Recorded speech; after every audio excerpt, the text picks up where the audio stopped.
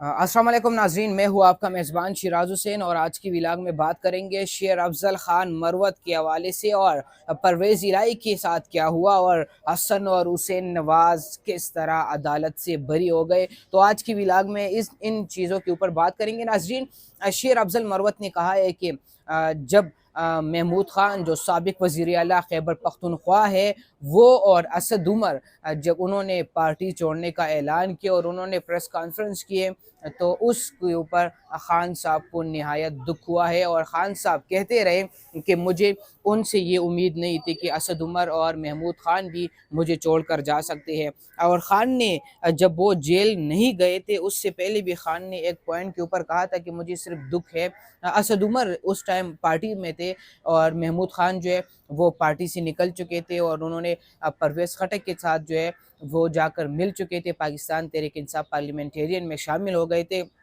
उस टाइम ख़ान साहब ने कहा था कि मुझे इस बात पर दुख है कि महमूद ख़ान से मुझे ये तवक्कुआत नहीं थी। महमूद ख़ान को मैं इस तरह मैंने कभी सोचा ही नहीं था कि महमूद ख़ान भी ब्लैकमेल होकर मुश्किलातों से लड़ना नहीं जानता और वो मेरा साथ जो है वो छोड़ देगा।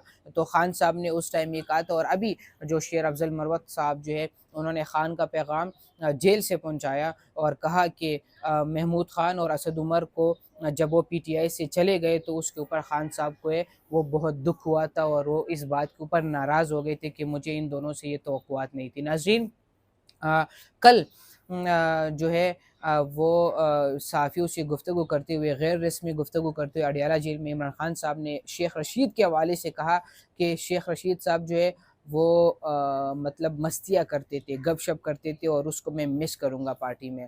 तो कहने का मकसद ये है कि ख़ान साहब जो है वो शेख रशीद से उन्होंने फ़िलहाल कोई लाताल्लुक़ी का ऐलान नहीं किया, सिर्फ़ इतना कहा कि मैं उसको पार्टी में मिस करूँगा। तो हो सकता है कि दोबारा भी शेख रशीद साहब जो है वो ख़ान साहब के साथ मिल जाए, क्योंकि ख़ान साहब को एहतियातियों की ज़रूरत है। अगर वो नए लोगों के साथ चलेंगे तो मुश्किल हो सकता है, क्योंकि सियासत को सियासत समझ कर अगर आप करेंगे तो आप जाके तरक्की कर सकते हैं, अदरवाइज़ आप नहीं कर सकते। आप मौलाना साहब की सियासत देख लें, आप ज़रदारी साहब की सियासत देख लें, आप नवाज़ शरीफ साहब की सियासत देख लें, तो वो जब ज़रूरत होती है तो लोगों को अपने साथ मिला लेते हैं, जब ज़रूरत नहीं होती तो उनके मुखालिफ आ जाते हैं, तो ये कार्रवाई होती रहती है। नाज़रीन, हसन और हुसैन नवाज़ के हवाले से अगर हम बात करें तो वो अदालतों से बरी हो गए। जो मुख्तलिफ़ रेफरेंसेस थे उनके ऊपर, एवन फील्ड रेफरेंस, अल अज़ीज़िया, बाकी जो मामलात थे उनके ऊपर, जो केसेस थे जिनको अदालत ने इख्तियारी करार दिया था दोनों को, तो वो अदालत से बाइज़्ज़त तरीके से बरी हो गए। नाज़रीन, ये पाकिस्तान की अदालती निज़ाम है। ट्रांसपेरेंसी इंटरनेशनल की रिपोर्ट में भी पाकिस्तान का जो अदालती जो रैंकिंग में नंबर है वो 130 132 से ऊपर है। तो ये जो निज़ाम है, एक अदालत आपको सज़ा सुना देती है, फिर 1 साल बाद वही अदालत कहती है कि इनको सज़ा ठीक तरीके से नहीं सुनाई गई और इनके साथ गलत हुआ है, तो ये सज़ा हम वापस करते हैं और इनको बरी करते हैं। ज़ुल्फ़िकार अली भुट्टो के केस में भी सेम इसी तरह हुआ।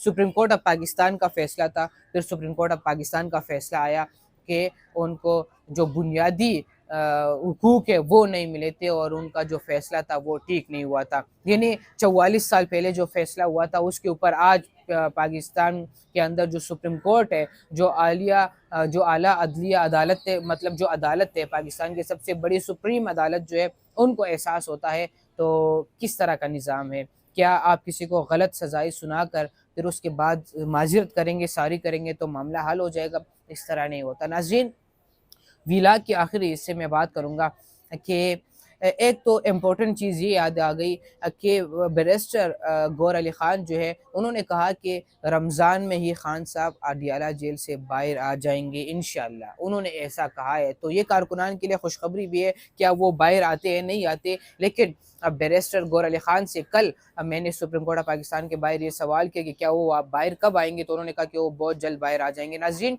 प्रोग्राम में शामिल करेंगे परवेज़ इलाही के हवाले से। परवेज़ इलाही जो है वो अडयाला जेल के अंदर जो वॉशरूम जा रहे थे वो वॉशरूम में गिरे और उनका फ्रैक्चर हो गया। तो अभी देखते हैं कि उनके साथ क्या रवैया अपनाया जाएगा, क्या उनको अस्पताल मुंतकिल किया जाएगा वहाँ पर, या उनको तिब्बी जो सहूलियात है वो फराहम कर दी जाएगी। तो ये सारे मामलात हैं। आज के लिए इतना ही। अपने मेज़बान शिराज को दीजिए इजाज़त। अल्लाह ने के बाद।